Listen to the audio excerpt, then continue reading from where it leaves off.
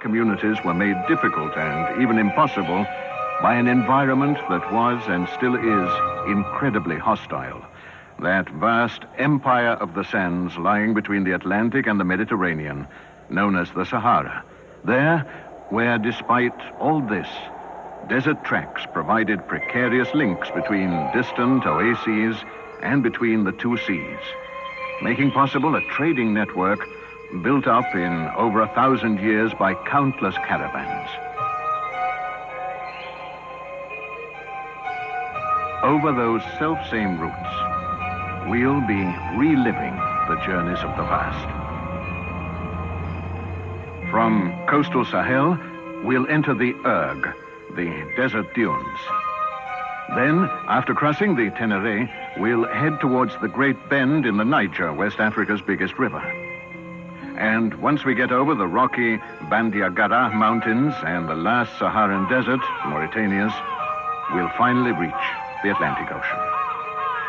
This first film will begin where the Sahara, the void, meets with the Mediterranean, the fount of history. Our journey starts here, where nomadic warriors galloped from distant Arabia to bring the green flags of Allah to the Mediterranean shores.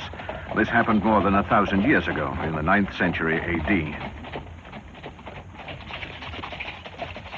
Here, where Sahara and Mediterranean meet, different populations and different cultures battled and eventually merged. The coast was an ideal meeting point, and then a means of exchange between those arriving from beyond the sea and those coming from the desert. The coast is the northern frontier of that empire of the sands we are going to cross.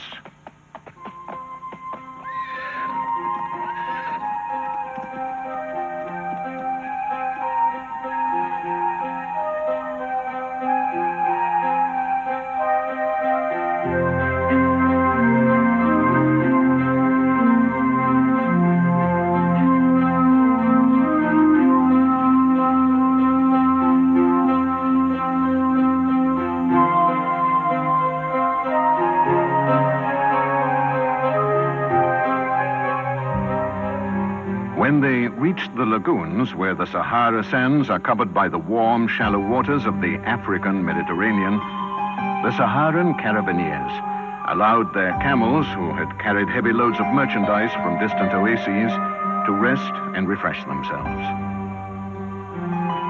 A just reward for those tireless and patient animals, but for whom there would have been no trans-Saharan trade at all. Without them, there wouldn't have been any contact ever between people arriving from the desert and those coming from the sea.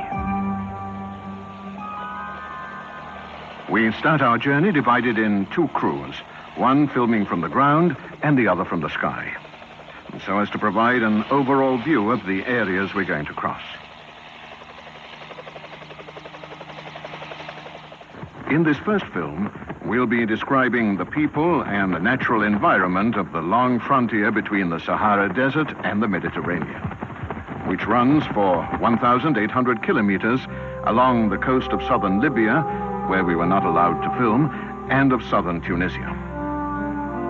Between the coast and the Kerkana Islands, some ethnic groups descending from the Arab invaders and the desert camel drivers have become fishermen.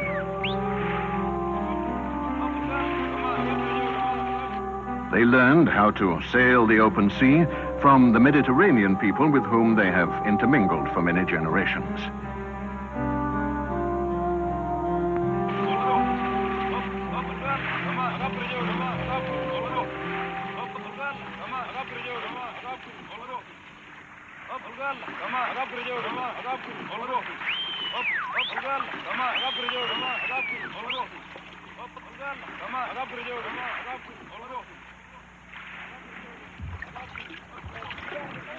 The women of these communities, scattered between Hammamet, Sfax, and Gabes, have maintained a direct link with the desert world that looks onto this sea through the last caravaneers who come here to sell camel hair.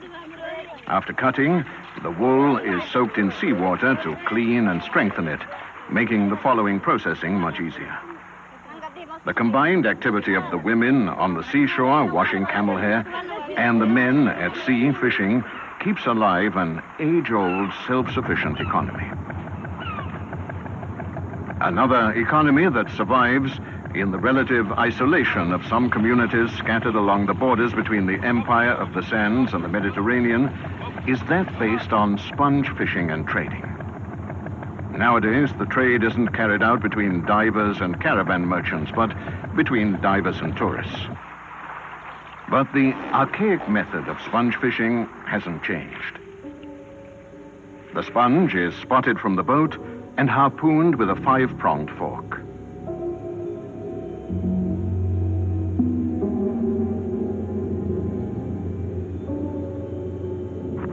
Archaic is the right word to define this method of fishing, which was already being practiced at the time of the Romans, as is shown by ancient Roman mosaics.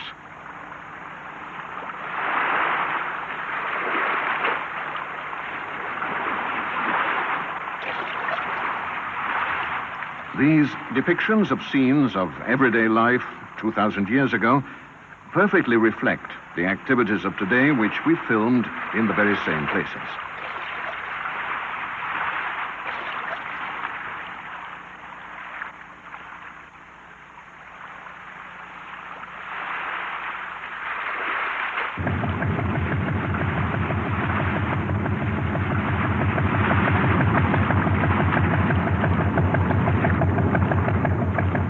The transformation of Arab nomads into seafarers provides us with a continuity between the remote past and the present. Fishing along the coast has maintained a balanced relationship between man and the environment ever since these mosaics were made, a clear link with a present that has evolved through 20 centuries. Our journey is temporarily interrupted for a stop at the Sphinx Museum, standing between the sea and the desert, which exhibits the most beautiful of the mosaics found at the borders between the Empire of the Sands and the Roman Empire. The Romans arrived from the sea, invaded the desert, and made it one of their colonies.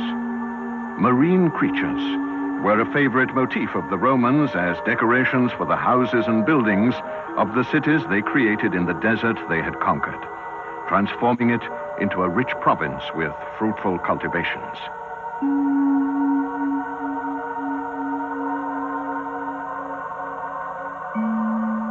Ships and sailors, fishermen and warriors and imperial architects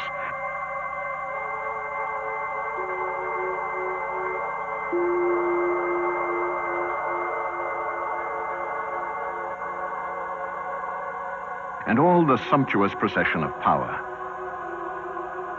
A world that crumbled when, after more than 500 years of battling, the Roman Empire was defeated by its human enemies and by the Empire of the Sands.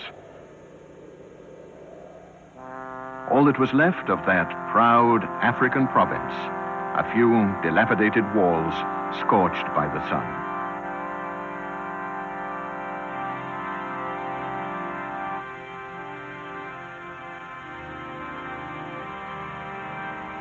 Here, struggling vegetation grows anew where the Empire of the Sands has suffocated life. The prosperous life of Roman cities which modern archaeology is unearthing and bringing to light. This is the Roman Forum of Duga. And this is the amphitheater of El Gem, second only to Rome's Colosseum in grandeur.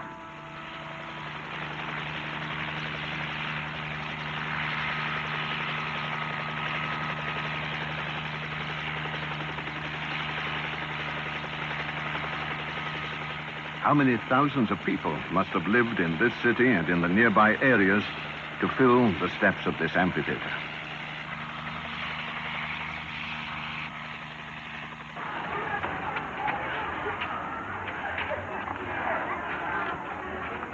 Today's El Gem is just a semi-abandoned little village.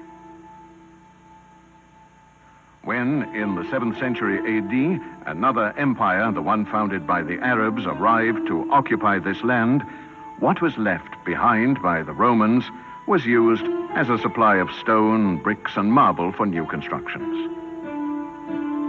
So it was that the proud cities Rome had built suffered the same outrageous destiny that Rome had inflicted on its first enemy here, the Punic Phoenician people.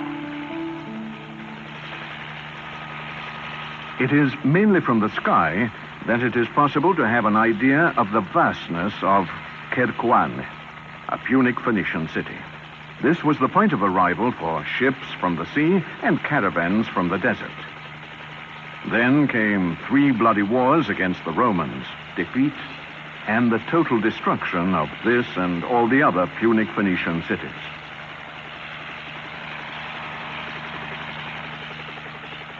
We are now flying over a necropolis. We owe all we know of the Punic Phoenician people to archaeological findings from the tombs they filled with gifts. Through these objects, we can understand how the Punic Phoenicians, a population coming from the sea, learned how to blend their maritime culture and customs with the local traditions of Saharan Africa. This Punic civilization became the first great symbiosis between 2 worlds whose frontier lies between the Sahara and the Mediterranean.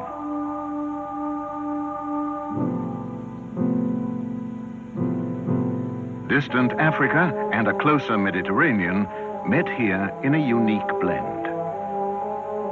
And Tanit, Punic goddess of fortune and fertility, is a symbol of this Afro-Mediterranean culture.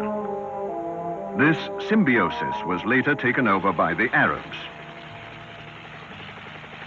Where the ruins of Punic trading cities stood, the Arabs established their own commercial centers, exactly within the same perimeters.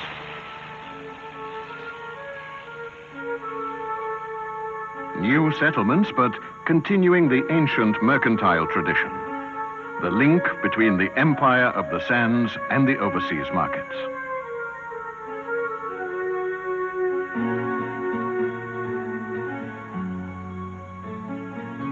Places like Hammamet, Sfax, and Sus have changed name, but remain what they once were, fortified meeting places for caravans arriving from the Sahara Desert, whose goods would be shipped away to distant destinations.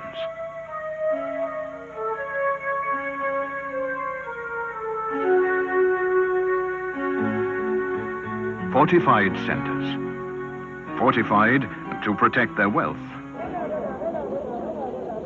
The goods arriving from the empire of the sands were shining gold and black gold, slaves. Cargoes that meant immense profits not only for caravaneers, but also for the middlemen who had their warehouses in these coastal cities.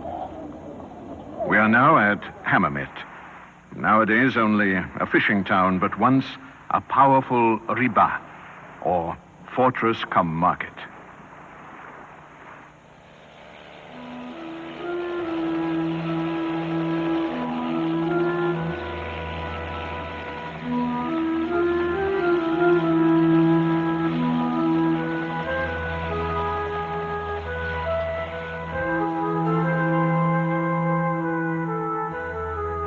Even more powerful was the Riba of Sus, an outpost of the Empire of the Sands protected from pirates and robbers by an imposing double ring of walls.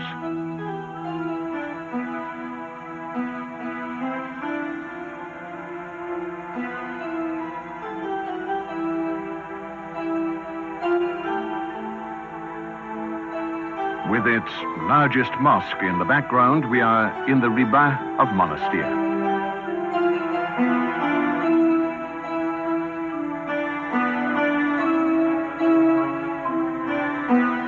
Monastir and its walls, more memories of battles and of trade.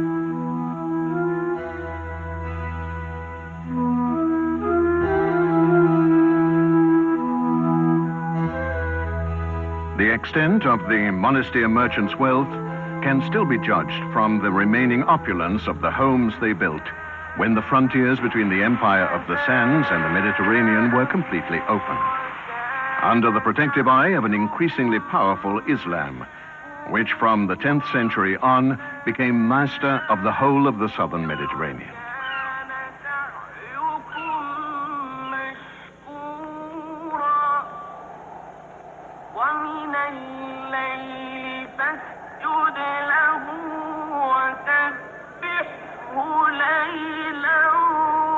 Memories of glory and of blood lingering in the light and shadows of these stones.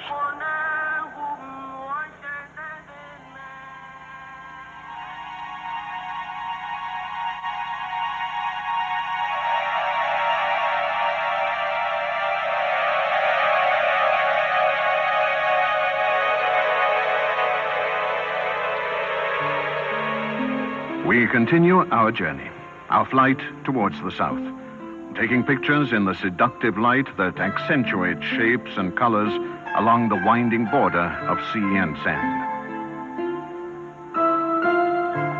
At the far southern end of this frontier, too, the cities and villages were fortified. We are now in Gabes. Don't let today's peacefulness deceive you. The raids of bandits suddenly appearing from the desert or of pirates pouncing from the sea were a constant and real terror here. Today, happily forgotten.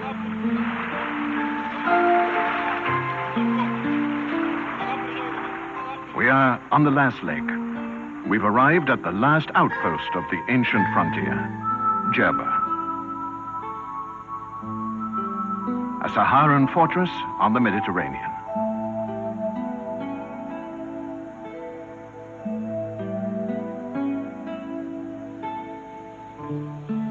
A green oasis of an island looking out across the desert. Our two crews, the aerial one and the one operating on the ground, have joined forces again.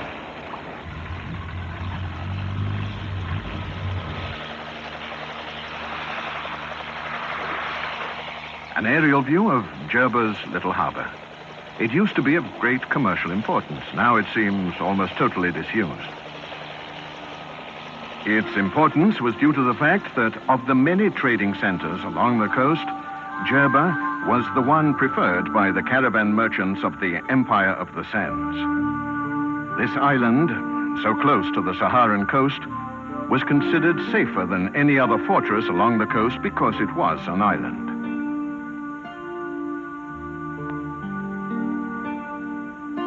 A strip of the Sahara separated from Africa, floating on the Mediterranean. The extensive lagoons surrounding the island were an insuperable natural protection against attacks from land and also from the sea, since no ship could get through such shallow waters. In Jerba, signs of former wealth are to be found only in the number and beauty of its mosques. Even when the trading period was over, the Empire of the Sands could still boast a prosperous and tranquil colony in this island oasis. With its abundance of fresh water wells, Jerba has always had a large population and flourishing plantations.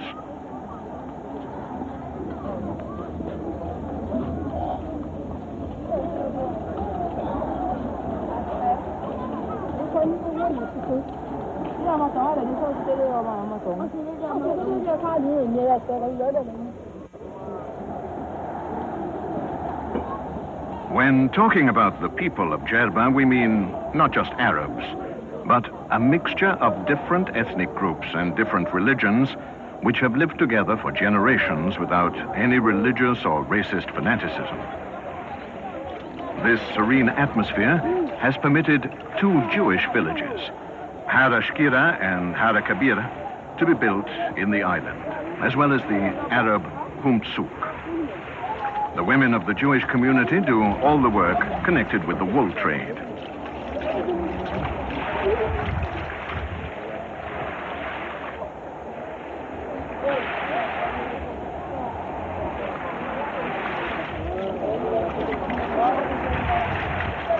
The Jewish women of Har Shkira and Har Kabir dressed the way they did 2,000 years ago.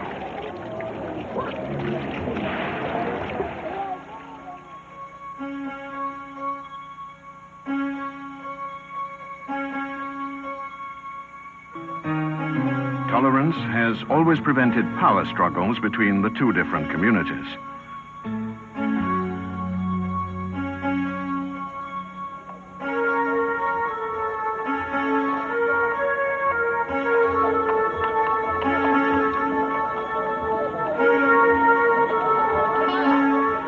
That's why, it can be said without fear of sounding rhetorical, time has not produced traumatic changes here, up till now at least. But what of the future? What will be the reactions of the new generations to recent events?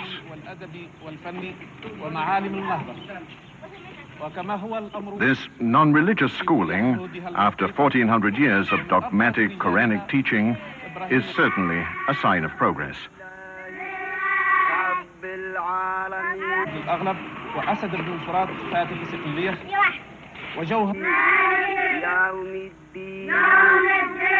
But at what price? No one can say yet. In Djerba, after centuries of immutability, the future and the past must learn to cohabit, as in any other place where people of ancient traditions live together.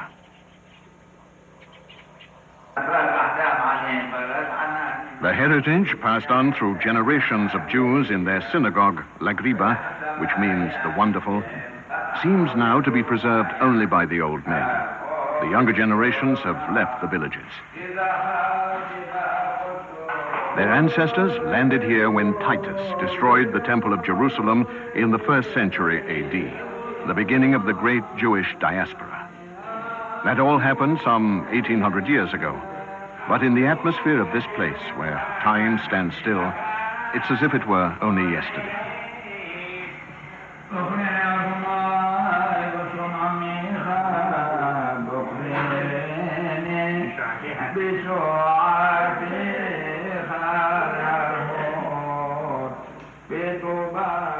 Worshippers in a synagogue and devotees in a mosque.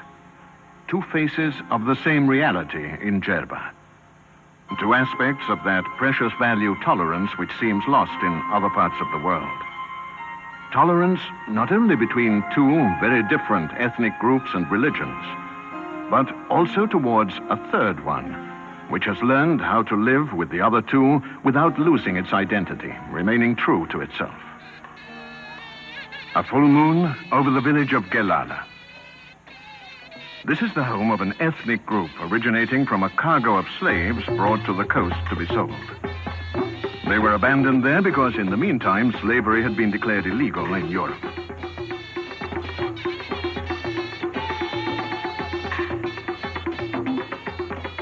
Left with no roots of their own, they became Muslims and founded their own village. They have lived there in peace with their Jewish and Arab neighbors for almost 2 centuries.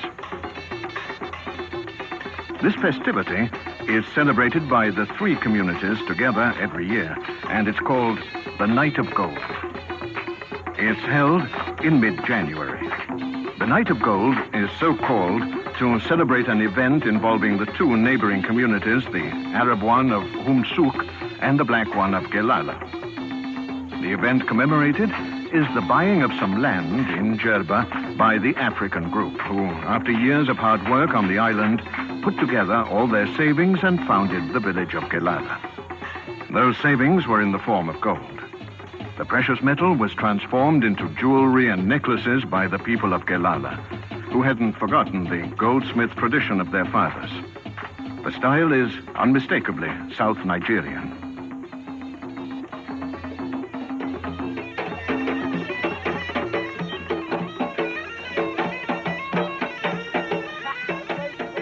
In order to have its own strip of land, the black community donated symbolically to the Arabs a first contribution in pieces of gold jewelry, which ever since have been the ornaments of the women of the neighboring village. The symbolical offer is repeated every year, but the night of the full moon in January.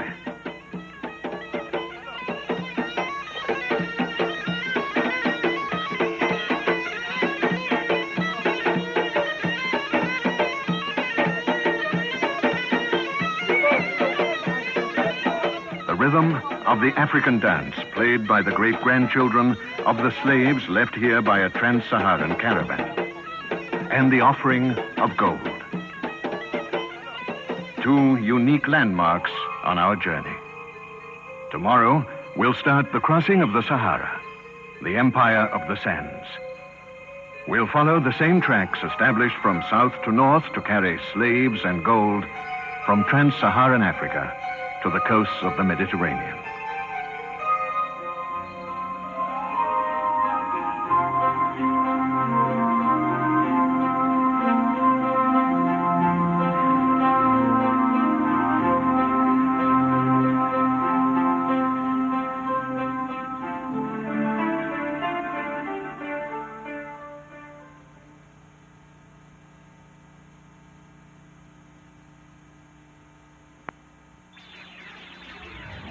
Food for thought. Food for thoughts made possible by Near East. Rice, couscous, and pasta.